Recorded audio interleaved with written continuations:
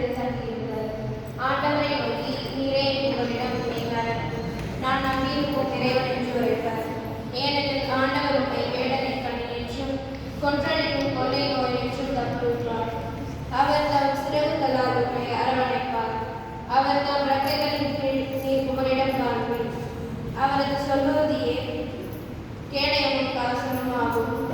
இரவில் திருக்கும் பகலில் பாய்ந்தோர் அம்புக்கும் இறஞ்சி மாட்டேன்.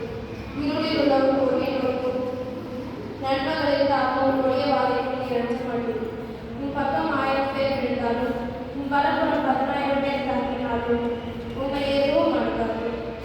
பொல்லாங்கு கிடைக்கும் தண்டனையை நீர் பார்ப்பீர். உன் கண்ணாடியை நீ காண்பீர். ஆண்டவரை புகலிடமாய் கொள்வீர். உன்னதனை உன் உறைவிடமாய் கொள்வீர். ஆகவே தீங்கு உண்மை நேரிடாது. வாதை உன் கூடாரத்தை நெருங்காது.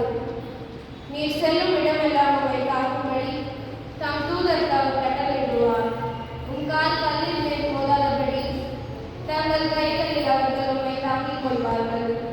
சிங்கத்தின் மீதும் பாம்பின் மீதும் நீர் நடந்து செல்வீர்.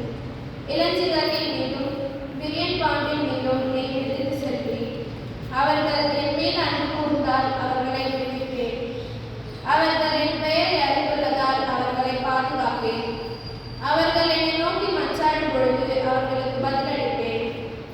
அவர்களது துன்பத்தில் அவர்களோடு இருப்பேன். அவர்களை தப்புவித்து பெருமைப்படுத்துவேன். நீடிய ஆயுளால் அவர்களுக்கு நிறைவளிப்பேன். என் மீட்பை அவர்களுக்கு வெளிப்படுத்துவேன். ஆண்டவரின் அருள்வாக்கு. இறைவனுக்கு நன்றி.